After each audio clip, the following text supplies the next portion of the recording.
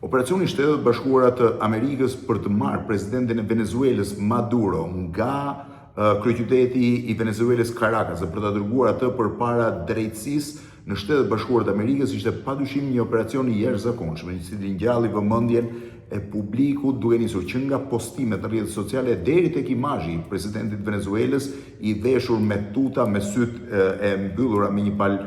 syze, me duart e lidhura, që udhtonte me një helikopter me siguri nga baza nga anija amerikane, helikopter mbajtësi amerikane Iwo Jima në drejtim të Guantanamos ose nga Guantanamo në drejtim të New Yorkut, nuk dihet nëse ishte në helikopter në fakt tamam apo në avion. Por historia e kapjes Maduros për te gjithë debateve që lidhen me legitimitetin e saj, me mënyrën se si duhet ndërhynte apo duhet ndërhynte në këtë mënyrë ushtria amerikane, kanë rihapur dhe një debat tjetër, atë të saktësisë të jashtëzakonshme dhe të efikasitetit spektakolar të njësive speciale të ushtrisë amerikane për të rrëmbyer, për të ndërhyrë, për të marrë, për të shpëtuar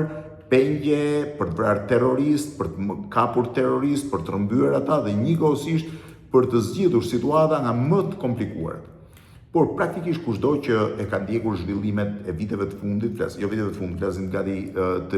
më shumë se 50 viteve të fundit, ka vënë re që operacionet amerikane të ndërmarra ose ato speciale janë shumë fakt, po ato më të famshmet janë të paktën 4 apo 5. Jo të gjitha kanë qenë të suksesshme dhe jo të gjitha janë kryer nga njëjta njësi. Praktikisht operacioni i fundit, ai i Maduros, është kryer nga njësia Delta e ushtrisë amerikane, që është një njësi speciale e forcave toksore të ushtrisë amerikane, është një prej njësive elit, stërvitet në brenda territorit të Shtetit Bashkuar të Amerikës në një bazë ushtarake dhe vetëm 10% atyre që hyjnë në stërvitje i arrin që t'ia dalin. Përtej tyre është forca SEALs 6 sidomos e Marinës së Shtetit Bashkuar të Amerikës, e cila është po ashtu shumë e famshme për ndërhyrjet e saj të jashtëzakonshme. Ka të njëjtën stil po e quaj stërvitje dhe përzgjedhje si dhe Delta Force. Po kush kanë qenë operacionet dhe cilën prej tyre e ka kryer Delta Force dhe cilin e ka kryer njësia SEALs? E para është krijuar Delta Force, e cila u krijuar në vitin 1977 duke pasur parasysh sasin britanik si njësi. Amerikanët vendosën të krijonin një njësi speciale e cila do ishte e pakonkurrueshme në të gjithë globin. SEALs u krijuan në vitin 1980, edhe ata si njësi elit e Marinës amerikane, gjithmonë midis Deltës dhe SEALs ka pasur një lloj po i quaj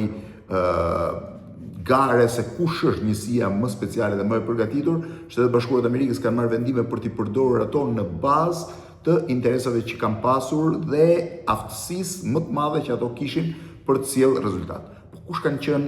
paktën unë kam përzgjedhur 5 nga operacionet që dhe unë vetë i kujtoj, sepse për një pjesë tyre kam qenë gazetar, pra kam qenë i kam mbuluar edhe si gazetar. I pari fare, që natyrisht unë nuk e kam lexuar më pas, është operacioni për fat të keq i dështuar amerikan i Iranit në vitin 1980. Ishte një operacion që tentoi të lironte pengjet amerikane që ishin kapur nga Irani. Operacioni u zhvillua në datat 24-25 prill vitit 1980. Presidenti Jimmy Carter kishte dhënë urdhër që Delta Force të mund të hynte brenda territorit të Iranit, të shpëtonte 52 pengje që mbaheshin në Teheran, në një burg të Teheranit, por për arsye të motit keq dhe një stuhie të papritur të rërës, helikopterët amerikanë udhëzuan 8 ushtar amerikan humbën jetën dhe Irani konsideroi këtë si një lloj fitore. Shtetet Bashkuara konsideruan një dështim dhe për këtë arsye Jimmy Carter humbi dhe zgjedhjet po atë vit, pra në vitin 1980, dhe nga ana tjetër iranianët i lëvizën pengjet, i shpërndanë në territoret ndryshme të Iranit në mënyrë që një tentativë tjetër amerikanëve të mos ishte e suksesshme. Ky njihet si një nga dështimet e Delta Force, por njëkohësisht që edhe një avantazh jashtëzakonshëm, sepse që pas këtij operacioni Delta Force u riorganizuan, u ristrukturuan dhe u futën në një model të ri stërvitje që i bëri ato ekipin më të jashtëzakonshëm që sot bota së bashku me SEALs 6 që sot bota ka. Operacioni i dytë, i cili është po ashtu në nivele shumë të larta, por që nuk mund të quhet që ishte një sukses i plotë, edhe pse nuk mund të quhet një dështim, ishte ai i Mogadishus, që njihet shumë nga filmi i Black Hawk, Helicopters, pra rrëzimi i Black Hawk, ishte u ndërmor për të kapur Muhammad Aididin, liderin e rebelëve të Somalis, të Mogadishus. Ishin forcat Delta, ai u zhvilluan datat 3 dhe 4 tetor vitit 1993. Amerikanët nuk arritën të kapin Aididin, por ata eliminuan ose ekzekutuan pjesën më të madhe të liderëve rebel që mbështesnin Aididin. Pra bën një spastrim të plot të gjithë kriminalëve, po i quaj të bandave që dominonin Mogadishun. Por 18 ushtarë amerikanë, duke përfshirë dhe përfaqësues të forcave elit Delta, humbën jetën në këtë tentativë. Pra nuk mund të quhet një tentativë suksesshme, sepse Aididin pas vdiq i plagosur nga rivalët e tij në Mogadishu, por gjithsesi ishte një nga operacionet e para kur amerikanët treguan efikasitet duke eliminuar thash një grupim të madh të drejtuesve të asaj kohe. Por me kosto të mëdha, 18 amerikanë humbën jetën. Operacioni i tretë i kryer po nga Delta Force është ai vitit 2003, në mos gaboj ka qenë 13 dhjetori i vitit 2003, kur forca Delta mbas një informacioni që patën, u afruan në afërsi të qytetit prej nga vinte Saddam Husseini. Historia ishte e çuditshme, forcat amerikane kishin hyrë disa muaj më parë, thuajse një vit më parë, në Bagdad, thuajse, dhe Saddam Husseini ishte zhdukur. Ishte parë për herë të fundit, ndërkohë që trupat amerikane po marshonin drejt Bagdadit duke ngritur armën lart së bashku me mbështetësit e tij dhe u zhduk. Me sa duket si pasojë një informacioni të ardhur në rrugë operative dhe nga shërbimi sekret, besoj që shërbimi sekret ka luajtur një rol shumë të madh, Saddam Husseini u kap në një tunel nëntoksor në afërsitë e Tikritit, të qytetit të tij, ku ishte pa bërë asnjë lloj rezistence, pra thuajse nuk pati asnjë lloj rezistence, nuk reagoi dhe u dorëzua. Rasti i katërt, dhe ndoshta më spektakolar në historinë e Shtetit Bashkuar të Amerikës, është eliminimi i Osama Bin Ladenit në natën midis 1 dhe 2 majit të vitit 2011.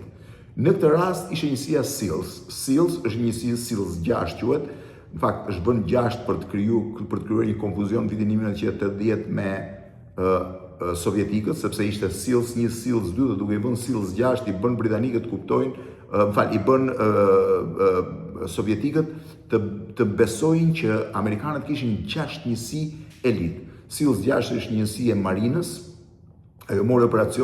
mori detyrën për të kryer operacionin e eliminimit të Osama Bin Ladenit, kur amerikanët, shërbimi sekret nuk ishte 100% i bindur që ai ishte Osama Bin Ladeni, në Abbottabad të Pakistanit. Ishte operacioni më i vështirë, sepse ndryshe nga gjithë operacionet e tjera, duke përfshirë dhe atë Tiranit, natyrisht dhe ai ishte i ngjashëm, duhet hynin brenda territorit të një vendi sovran që ishte Pakistani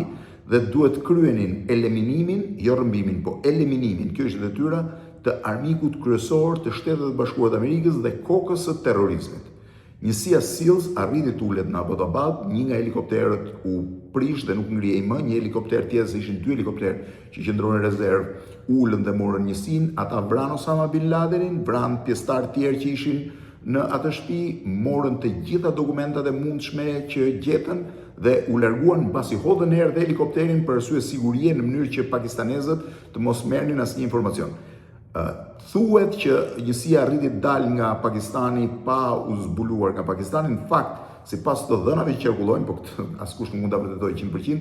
ishte shefi i shtabit të ushtrisë amerikane që telefonoi presidentin e Pakistanit për të thënë mos ngrini asnjë avion në ajër sepse jemi duke kryer një operacion me ndjeshmëri shumë të lartë dhe janë trupa amerikane. Ekipi SEALs mbriti mbrapsht në bazën amerikane në Afganistan. Osama Bin Ladeni u hodh diku në Oqeanin Indian, pasi u kryen rritet myslimane, dhe SEALs mori famën si ekipi që kishte kryer ndërhyrjen më spektakolare në historinë e ushtrisë së Shtetit Bashkuara të Amerikës. Ndërkohë që pas saj është vrasja në vitin 2019, 26-27 tetor vit 2019 e Al-Baghdadit, kreut të ISIS-it, i cili po ashtu u eliminua në Irak. Në fakt, Al-Baghdadi u zbulua ku ishte njësia Delta mbriti për eliminimin e tij, po ai hodhi veten në erë me një gjerdan